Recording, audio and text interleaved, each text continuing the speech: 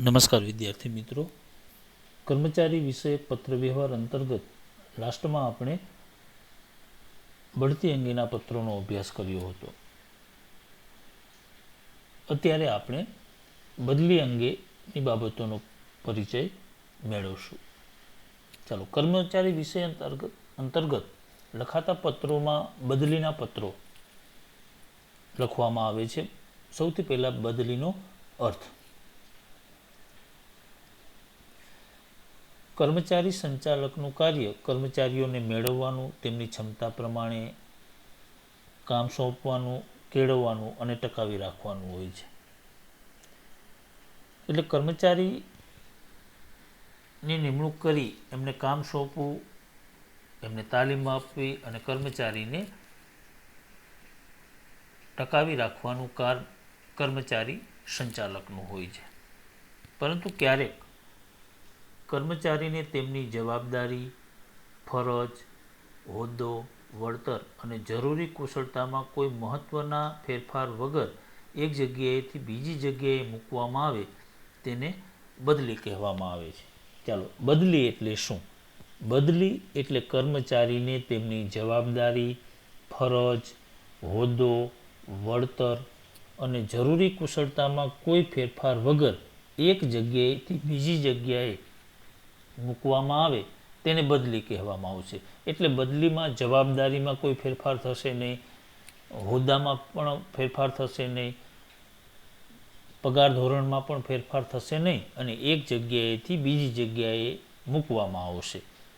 બદલી એક શાખામાંથી બીજી શાખામાં, એક વિભાગમાંથી બીજા વિભાગમાં થાય છે.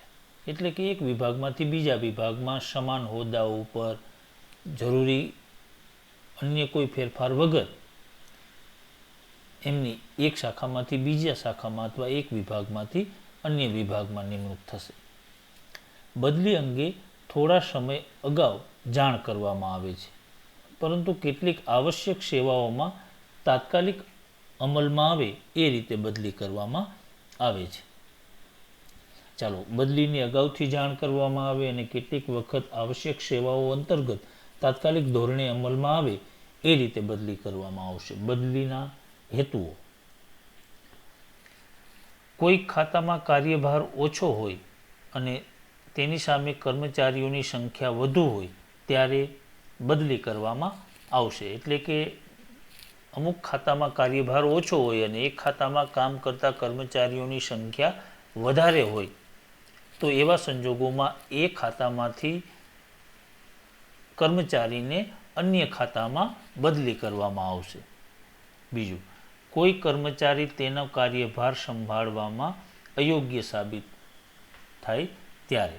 ચાલો, કર્મચારી જે કાર્યભાર સંભાળે છે, જે વિભાગમાં છે, જે ખાતામાં છે, એ કાર્યભાર સંભાળવામાં એ યોગ્ય ન હોય તો એવા સંજોગોમાં એમની બદલી અન્ય વિભાગમાં કરવામાં આવશે, અન્ય કાર્યભાર સોંપવામાં આવશે. કર્મચારીએ નાણાકીય વ્યવહારમાં ગેરરીતિ આચરી હોય. જો કર્મચારીએ કોઈ નાણાકીય ગોટાળાઓ કરેલા હોય તો એમની બદલી અન્ય વિભાગમાં કરવામાં આવશે. કોઈ કર્મચારી ગેરશિસ્ત અને બેદરકારી દાખવતો હોય એવા સંજોગોમાં પણ એમની બદલી કરવામાં આવશે. આકસ્મિક કારણસર શારીરિક ક્ષમતામાં ઘટાડો થાય ત્યારે બદલી કરવામાં આવશે. એટલે કે કોઈ કારણોસર કર્મચારી શારીરિક ક્ષમતામાં ઘટાડો થાય અથવા તો આકસ્મિક કારણોસર એ શરીરના કોઈ અંગોને ગુમાવે અથવા તો એમના અંગો કામ કરતાં બંધ થાય તો એવા સંજોગોમાં એમની બદલી કરવામાં આવશે. કોઈ કર્મચારીને સહકર્મચારી કે વિભાગીય વડા સાથે કોઈ પણ પ્રકારનો અણબનાવ થયો હોય તો સંભવિત સંઘર્ષ ટાળવા માટે, એટલે કે કોઈ કર્મચારીને એમના સહકર્મી સાથે કામ કરતા અન્ય કર્મચારીઓ સાથે અથવા તો વિભાગના વડા સાથે કોઈ જ પ્રકારનો અણબનાવ થયેલો હોય અથવા તો કંઈ ટસલ થયેલી હોય, જેને આપણે ગુજરાતીમાં કહીએ, તો ભવિષ્યમાં ઝઘડો ન થાય, સંઘર્ષ ન ઊભો થાય એ ટાળવા માટે કર્મચારીની બદલી કરવામાં આવશે. કોઈ કર્મચારી વિશેષ કૌશલ્ય ધરાવતો હોય અને એમના સેવાનો લાભ સંસ્થાના અન્ય વિભાગમાં મેળવવા માટે પણ કર્મચારીની બદલી કરવામાં આવતી હોય. કોઈ કર્મચારી વિશેષ કૌશલ્ય ધરાવતો હોય તો અન્ય વિભાગમાં એવા વિશિષ્ટ કૌશલ્ય ધરાવતા કર્મચારીની જરૂર હોય તો એમનો લાભ સંસ્થાના અન્ય વિભાગને મળે એ માટે કર્મચારીની બદલી કરવામાં આવશે. અન્ય બદલીનો હેતુ દરેક કર્મચારી દરેક વિભાગની કાર્યપ્રણાલી શીખે એ પણ હોય છે. એટલે કે કર્મચારી છે એ દરેક વિભાગની કામગીરીથી પરિચિત થાય, દરેક વિભાગની કાર્યપ્રણાલી વિશે માહિતી મેળવે એ હેતુને ધ્યાનમાં રાખી અને કર્મચારીની બદલી કરવામાં આવતી હોય છે. એટલે બદલીના કારણો અથવા બદલીના હેતુઓમાં કોઈ વિભાગનો કાર્યભાર ઓછો હોય, કોઈ કર્મચારી કાર્યભાર સંભાળવામાં અયોગ્ય સાબિત થાય, નાણાકીય વ્યવહારમાં ગેરરીતિ આચરી હોય, ગેરશિસ્ત અને બેદરકારી દાખવતો હોય, શારીરિક ક્ષમતામાં ઘટાડો થાય, અણબનાવ કે સંઘર્ષ ટાળવા માટે વિશિષ્ટ કૌશલ્યનો લાભ અન્ય વિભાગને આપવા અને અન્ય વિભાગની કાર્યપદ્ધતિથી પરિચિત થાય એ હેતુથી કર્મચારીઓની બદલી કરવામાં આવતી હોય. બદલી વખતે ફરજ, હોદ્દો, વળતર કે કુશળતામાં ફેરફાર વગર એક જગ્યાએથી બીજી જગ્યાએ મૂકવામાં આવે છે. ચાલો આપણે બદલીના પત્રનો અભ્યાસ કરશું. Sabar finance limited, Mangalam tower, Motipura circle, Himmatnagar અને 24મી એપ્રિલ 2017ના રોજ પત્ર લખે છે. એમના ઈમેલ એડ્રેસ અને ફોન નંબરનો ઉલ્લેખ પણ કરેલો છે. શ્રી જયેશ ચાવડાને પત્ર લખે છે, જે સિનિયર ક્લાર્કનો હોદ્દો ધરાવે છે વહીવટી વિભાગમાં, સાબર ફાઇનાન્સ લિમિટેડ, હિંમતનગર. એટલે અહીંયા આપણે કર્મચારીનું નામ, એમનો હોદ્દો અને એમનો વિભાગ લખશું. નાણાં વિભાગમાં બદલી થવા અંગે અહીંયા એ વહીવટી વિભાગમાં કાર્ય કરે છે, પરંતુ એમની બદલી હવે કયા વિભાગમાં? નાણાં વિભાગમાં કરવામાં આવી છે. શ્રીમાન, ઉપરયુક્ત વિષયના અનુસંધાનમાં જણાવવાનું કે હાલની જગ્યા સિનિયર ક્લાર્ક વહીવટી વિભાગમાંથી 10મી મે 2017, ક્યારે પત્ર લખે છે? 24મી એપ્રિલે, પરંતુ એમની બદલી 10મી મે 2017થી અમલમાં આવે તે રીતે સિનિયર ક્લાર્ક નાણાં વિભાગમાં બદલી કરવામાં આવે છે. એટલે પહેલા જ વિભાગમાં કયા હોદ્દા ઉપર કાર્ય કરે છે અને હવે પછી ક્યારથી કયા હોદ્દા ઉપર એમની બદલી કરવામાં આવશે એમનો ઉલ્લેખ પત્રના શરૂઆતના પેરેગ્રાફમાં થશે. બદલીના કારણો એ આપણે બીજા પેરેગ્રાફમાં લખવાના થશે. સંસ્થાના કર્મચારી વિષયક નીતિ નિયમોને અનુરૂપ જ્યારે વર્ગ 3ના કોઈ પણ કર્મચારી પોતાની નોકરીના 3 વર્ષ પૂરા કરે ત્યારે તેની અન્ય વિભાગમાં તે જ હોદ્દા સાથે બદલી કરવામાં આવે છે. એટલે કે કોઈ કર્મચારી વર્ગ 3નો કર્મચારી નોકરીના 3 વર્ષ પૂરા કરે એટલે સમાન હોદ્દા ઉપર અન્ય વિભાગમાં બદલી કરવામાં આવે છે, જેથી સંસ્થાના દરેક કર્મચારી સંસ્થાના દરેક વિભાગના કાર્યથી પરિચિત થાય અને પોતાના કૌશલ્યનો ઉપયોગ સંસ્થાના સર્વાંગી વિકાસ માટે કરે. આ હેતુને ધ્યાનમાં રાખી અને એમની બદલી કરવામાં આવી છે. 3 બાબતો: એક તો વર્ગ 3ના કર્મચારી 3 વર્ષ નોકરી કરે એટલે એમને અન્ય વિભાગમાં. બીજું, સંસ્થાનો દરેક કર્મચારી દરેક વિભાગની માહિતીથી એમના કાર્યથી પરિચિત થાય અને કર્મચારીના કૌશલ્યનો લાભ સંસ્થાને મળે એ હેતુને ધ્યાનમાં રાખીને બદલી કરવામાં આવેલી છે. પગાર ધોરણ તથા નોકરીની અન્ય શરતોમાં કોઈ જ પ્રકારનો ફેરફાર પડતો નથી, જેની નોંધ લેશો. કારણ કે બદલીમાં નોકરીની શરતોમાં, પગાર ધોરણમાં કે એમની ફરજોમાં મોટાભાગે કોઈ જ પ્રકારનો ફેરફાર પડતો નથી. આભાર. આપનો વિશ્વાસુ સંતોષ પુરોહિત, મેનેજર અને વહીવટી વિભાગ. આપણે નકલ રવાના લખવાનું ભૂલશું નહીં. નકલ રવાના નાણાં વિભાગ. ચાલો, ત્યાર પછી અપકર્ષ. અપકર્ષ એટલે ડિમોશન. જેમ કે પ્રમોશન એટલે બઢતી થતી હતી, ત્યાં ઉપલી પાયરી ઉપર મૂકવામાં આવતા હતા. અપકર્ષમાં શું કરવામાં આવશે? વર્તમાન હોદ્દા પરથી નીચેના હોદ્દાઓ ઉપર એમને મૂકવામાં આવશે. અપકર્ષનો અર્થ: કોઈ કર્મચારી પોતાના હોદ્દાને રૂપ યોગ્ય કામગીરી કરી શકે તેમ ન હોય ત્યારે તેમને વર્તમાન હોદ્દા પરથી નીચેના હોદ્દા ઉપર મૂકવામાં આવે તેવા ફેરફારને અપકર્ષ કહેવામાં આવશે. બરાબર. કર્મચારીને વર્તમાન હોદ્દા ઉપરથી નીચેના હોદ્દા ઉપર મૂકવામાં આવશે, એમને અપકર્ષ કહેવામાં આવશે. બઢતીમાં શું થતું હતું? નીચેના હોદ્દાઓ ઉપરથી ઉપરના હોદ્દાઓ ઉપર મૂકવામાં આવતા હતા. હવે અપકર્ષ કરવામાં આવે તો એમના કારણે એમના પગાર ધોરણ, એમની સત્તા, પ્રતિષ્ઠા અને જવાબદારીમાં ઘટાડો થશે. એમને નીચેના હોદ્દા ઉપર મૂકવામાં આવે છે એટલે પગાર ધોરણમાં, એમની સત્તામાં, એમની પ્રતિષ્ઠા, જવાબદારી બધામાં શું થશે? ઘટાડો થશે. અપકર્ષના સંજોગો: કર્મચારીને વારંવાર જાણ કરવા છતાં તે ફરજમાં બેદરકાર રહેતો હોય, પોતાનું ફરજ બરાબર રીતે બજાવતો ન હોય તો એમને અપકર્ષ કરવામાં આવશે. બીજું, કર્મચારીની કાર્યક્ષમતામાં સતત ઘટાડો થતો હોય, મતલબ કે એ પોતાનું કામ બરાબર યોગ્ય રીતે કરતો ન હોય, એમની કાર્યક્ષમતામાં ઘટાડો થયો હોય. પછી કર્મચારી દ્વારા કોઈ પ્રકારની ગંભીર ગેરરીતિ આચરવામાં આવેલી હોય, કોઈ ગેરરીતિ આચરવામાં આવેલી હોય, નાણાકીય ઉચાપત કરેલી હોય, આવી ગંભીર ગેરરીતિ આચરેલી હોય તો એમને અપકર્ષ કરવામાં આવશે. પછી કર્મચારી વારંવાર શિસ્તભંગ આચરતો હોય, એટલે કે કર્મચારી છે એ વારંવાર સંસ્થાના નિયમોનો ભંગ કરતો હોય, એવા સંજોગોમાં એમની અપકર્ષ કરવામાં આવશે.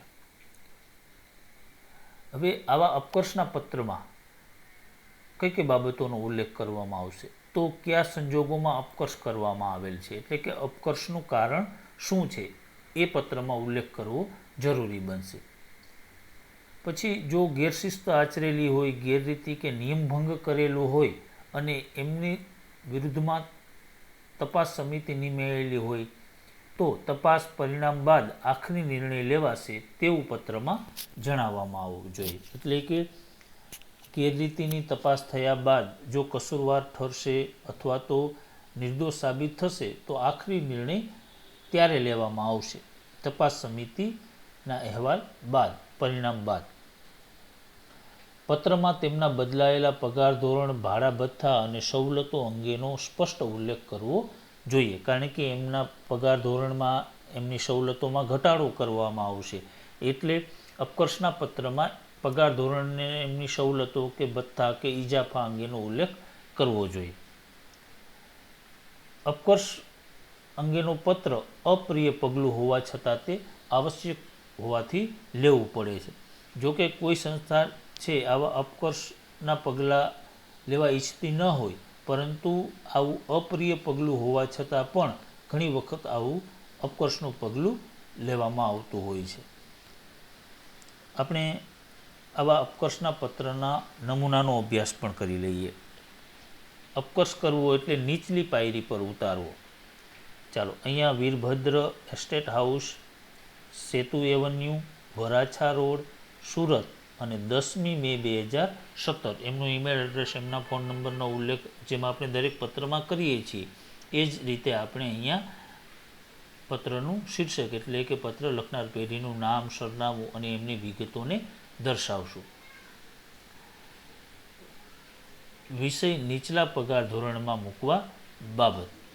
આપણે અહીંયા સંબોધન પણ કરી શકશું, જેવી રીતે આપણે બદલીના પત્રમાં લખતા હતા એ રીતે કર્મચારીનું નામ, એમનો હોદ્દો, એમનો વિભાગ અને સરનામું.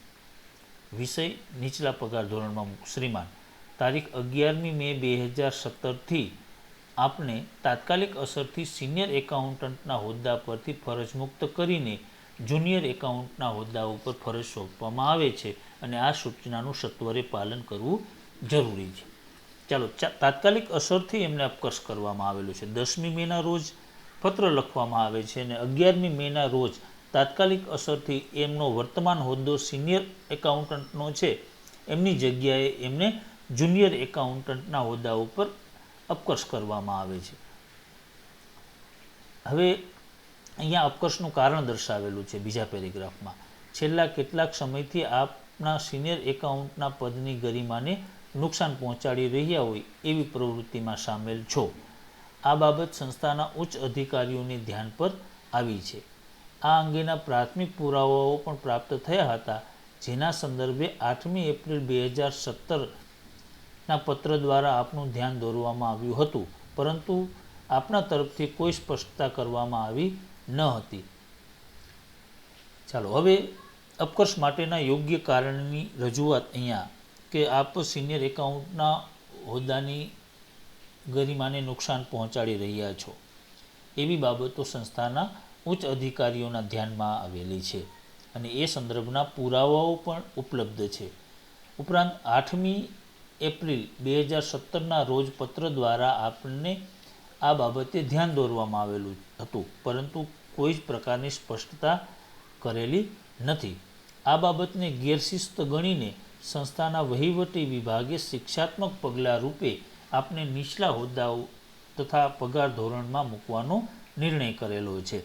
એટલે કે આપે કોઈ સ્પષ્ટતા કરેલી નથી, એટલે આપને શિક્ષાત્મક પગલાં રૂપે નીચેના હોદ્દાઓ ઉપર અને નીચેના પગાર ધોરણમાં મૂકવાનો નિર્ણય કર્યો છે. આ પત્ર દ્વારા આપને સુધરવાની એક તક આપવાનો પ્રયાસ કરવામાં આવ્યો છે. છતાં પણ આપના કાર્યમાં જો કોઈ જ પ્રકારનો હકારાત્મક ફેરફાર જોવા મળશે નહીં, તો કંપની તમને નોકરીમાંથી ફરજમુક્ત કરવાની અબાધિત સત્તા ધરાવે છે. એટલે કે શિક્ષાત્મક પગલાં રૂપે તમને અપકર્ષ કરી નીચેના હોદ્દા ઉપર મૂકી અને સુધરવાની એક તક આપવામાં આવે છે. જો આપના કાર્યમાં કોઈ જ પ્રકારનો હકારાત્મક ફેરફાર થશે નહીં, તો કંપની તમને કાયમી ધોરણે નોકરીમાંથી ફરજમુક્ત કરવાની સત્તા ધરાવે છે.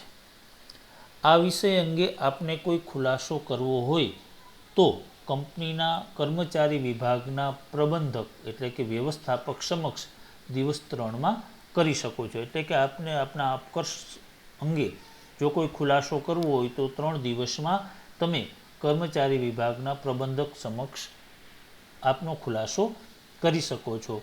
આપનો વિશ્વાસુ ગૌતમ ત્રિવેદી, પ્રબંધક, કર્મચારી વિભાગ. આ ઉપરાંત આપણે જો બિડાણ લખવું હોય તો અપકર્ષ બાદ જે પગાર ધોરણ અને ભથ્થા મળવાના છે એમની વિગતો આ પત્ર સાથે આપણે બિડાણ સ્વરૂપે લખી શકશું. ચાલો, આ બાબત થઈ અપકર્ષની. ત્યાર પછી આપણે આ પાઠના લાસ્ટ મુદ્દા એટલે કે નોકરીની સમાપ્તિ અંગે વાત કરશું. સામાન્ય રીતે જોઈએ તો જ્યારે આપણે નિયુક્તિનો પત્ર લખીએ છીએ ત્યારે નિયુક્તિના પત્રમાં જ નોકરીની સમાપ્તિ અંગેનો એટલે કે નોકરીની શરતોમાં નોકરીની સમાપ્તિ અંગેનો ઉલ્લેખ કરેલો હોય છે. સામાન્ય રીતે નોકરી કરતો કર્મચારી અને નોકરી આપનાર વર્ગ નોકરી સમાપ્તિ અંગેની શરતોથી વાકેફ જ હોય છે. નોકરીમાં છૂટા થવું અને નોકરીમાંથી દૂર કરવા બંનેનું પરિણામ એક જ છે, છતાં બંને વચ્ચેની પ્રક્રિયામાં અને કારણોમાં તફાવત હોય છે. ચાલો, નોકરી સમાપ્તિ બંને પક્ષોએ અધિકાર ધરાવે છે. કામ કરતો કર્મચારી નોકરીમાંથી છૂટો થઈ શકશે અને પેઢી કે સંસ્થા કર્મચારીને નોકરીમાંથી દૂર કરી શકશે, પરંતુ બંનેનું પરિણામ શું આવશે? નોકરીની સમાપ્તિ.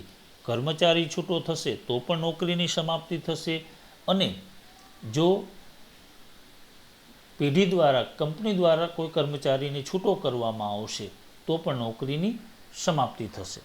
ચાલો, હવે નોકરીમાંથી કર્મચારીને છૂટા કરવા અંગે. એટલે નોકરીમાંથી કર્મચારીને છૂટા કરવાનું પગલું કોના દ્વારા લેવામાં આવશે? તો કંપની દ્વારા. કોઈપણ સંસ્થા પોતાના કર્મચારીની નોકરી અંગેનું આવું અંતિમ પગલું ભરતા પહેલાં અનેક પાસાઓનો વિચાર કરતી હોય છે. આવો નિર્ણય લેતા પહેલાં ઘણા બધા પ્રકારના પત્ર વ્યવહાર કર્મચારી અને સંસ્થા વચ્ચે થતા હોય છે. જ્યારે સંસ્થાને કર્મચારીએ કરેલી સ્પષ્ટતા યોગ્ય લાગતી નથી, ત્યારે કર્મચારીને નોકરીમાંથી છૂટા કરવામાં આવે છે, એટલે કે નોકરીમાંથી છૂટા કરવાનું પગલું લેવામાં આવે છે. ચાલો, કર્મચારીને નોકરીમાંથી છૂટા કરતી વખતે ઘણા બધા પ્રકારના પત્ર વ્યવહારો કંપની અને કર્મચારીઓ વચ્ચે થતા હોય છે. જો કર્મચારી દ્વારા યોગ્ય પ્રકારનો ખુલાસો કે યોગ્ય પ્રકારનો પ્રત્યુત્તર આપેલો ન હોય તો સંસ્થા કર્મચારીને નોકરીમાંથી છૂટા કરવાનું પગલું લે છે. સંસ્થાનો કોઈ વિભાગ બંધ કરવાનો હોય, ચાલો હવે કર્મચારીને છૂટા કરવાના કારણો જોઈએ તો એક વિભાગ બંધ કરવામાં આવેલું હોય, કોઈ એકમનું યાંત્રિકીકરણ કરવામાં આવેલું હોય, કરાર પૂરો થયેલો હોય, જેવી પરિસ્થિતિમાં કર્મચારીને છૂટા કરવામાં આવે છે. કઈ કઈ બાબતો? તો કોઈ વિભાગ બંધ થાય, યાંત્રિકીકરણ કરવામાં આવે, અથવા તો કરારનો સમયગાળો પૂર્ણ થાય તો કર્મચારીને છૂટા કરવામાં આવે છે. વર્ષોથી સેવા આપતા કર્મચારીઓનું માન જળવાઈ રહે અને બંને પક્ષે મિત્રતા બની રહે તે માટે સ્વૈચ્છિક નિવૃત્તિ યોજના VRS વોલેન્ટરી રિટાયરમેન્ટ સ્કીમ કે સૌજન્યપૂર્ણ છૂટા પડવાની યોજના હેઠળ કર્મચારીઓને આકસ્મિક સેવા નિવૃત્તિ બાદ લાભ થાય તે ધ્યાનમાં રાખવામાં આવે છે. ચાલો, હવે ઘણી બધી વખત છે એ સ્વૈચ્છિક સેવા નિવૃત્તિ યોજના પણ અમલમાં મૂકવામાં આવે, જેને VRS તરીકે ઓળખવામાં આવે છે. VRS એટલે વોલન્ટરી રિટાયરમેન્ટ સ્કીમ. સ્વૈચ્છિક રીતે કર્મચારી છે એ નોકરીમાંથી રાજીનામું આપશે. નિવૃત્તિ બાદ જે લાભો મળવાના હોય એવા લાભો આ સમયે આપવામાં આવશે.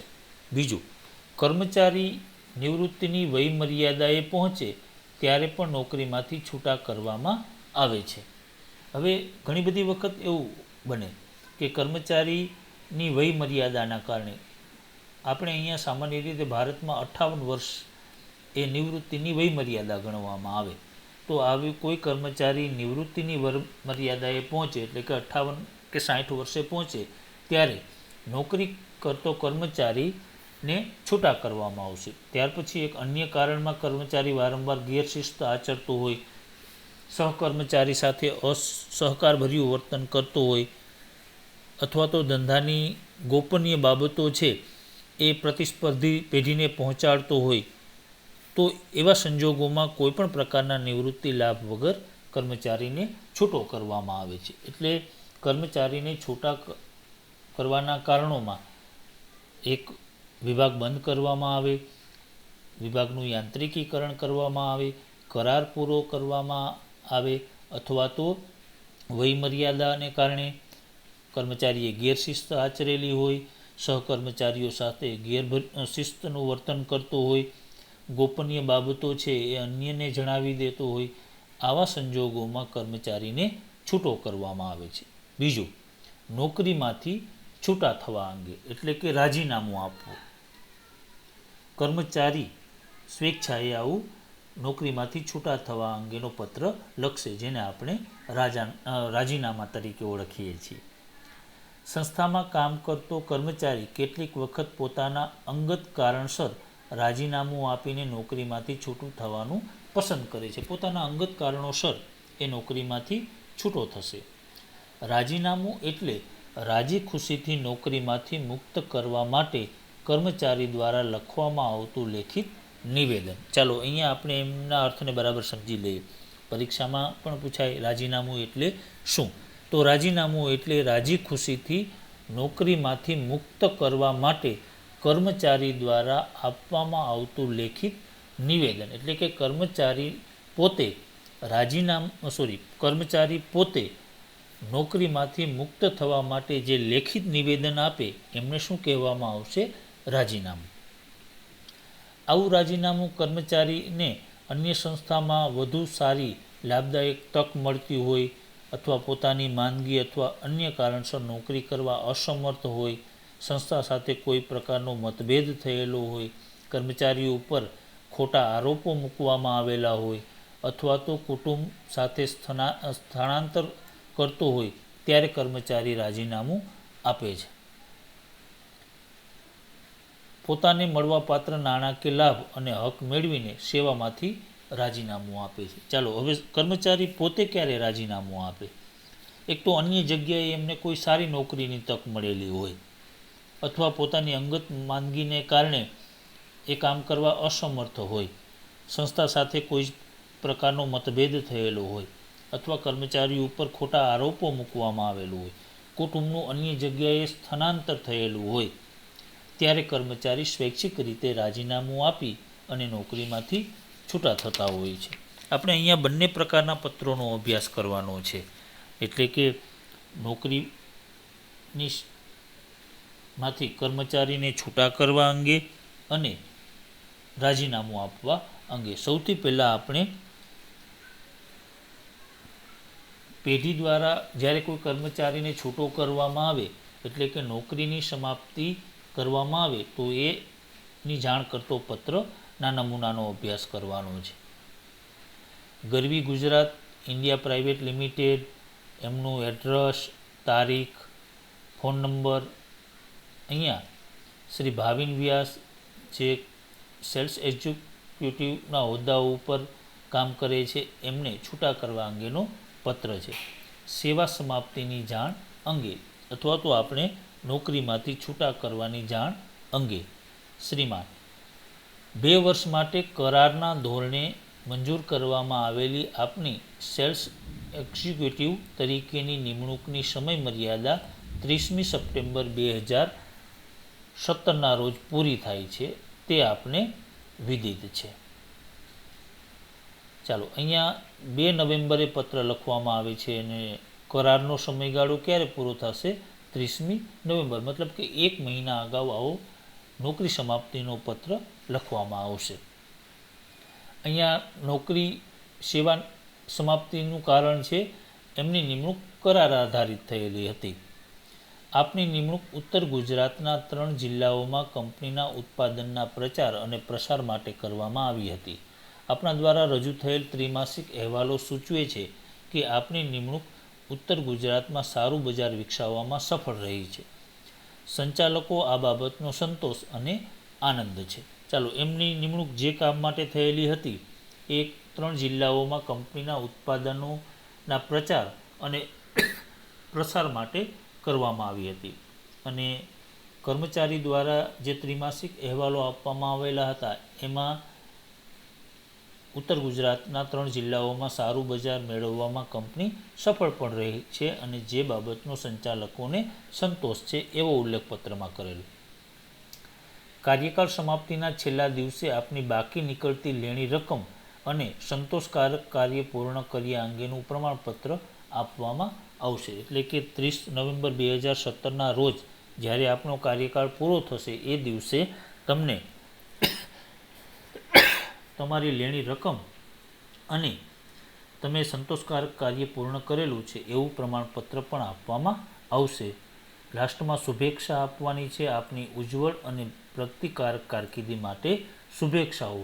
આપનો વિશ્વાસુ જીતેન્દ્ર શુક્લા, મુખ્ય કાર્યપાલક અધિકારી, અને કંપનીનું નામ ગરવી ગુજરાત ઇન્ડિયા પ્રાઇવેટ લિમિટેડ.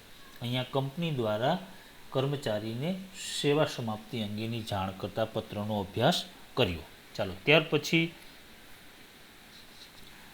ફરજિયાત સેવા નિવૃત્તિનો આદેશ, એટલે કે કર્મચારીને ફરજિયાત અહીંયા સેવા નિવૃત્ત કરવાનો છે. સૌરાષ્ટ્ર કોઓપરેટિવ બેંક લિમિટેડ, શાખા ક્રમાંક, એમનું એડ્રેસ, તારીખ 5મી ડિસેમ્બર 2017, કર્મચારી શ્રી રાજકિરણ પુરોહિત, હોદ્દો હિસાબનીશ, શાખા ક્રમાંક, સ્ટેશન રોડ, ધારી, જિલ્લો અમરેલી. ફરજિયાત સેવા નિવૃત્તિનો આદેશ. ચાલો, કર્મચારીને ફરજિયાત છૂટા કરવાનો આદેશ છે. શ્રીમાન, ઉપર્યુક્ત વિષયના અનુસંધાનમાં જણાવવાનું કે આપની સામેના ગંભીર નાણાકીય ગેરરીતિના આક્ષેપોના સંજોગોમાં ખાતાકીય તપાસ સમિતિની નિમણૂક કરવામાં આવી હતી અને એણે રજૂ કરેલા અહેવાલ અનુસાર આપની સામેના ગંભીર નાણાકીય ગેરરીતિના આક્ષેપો પુરવાર થાય છે.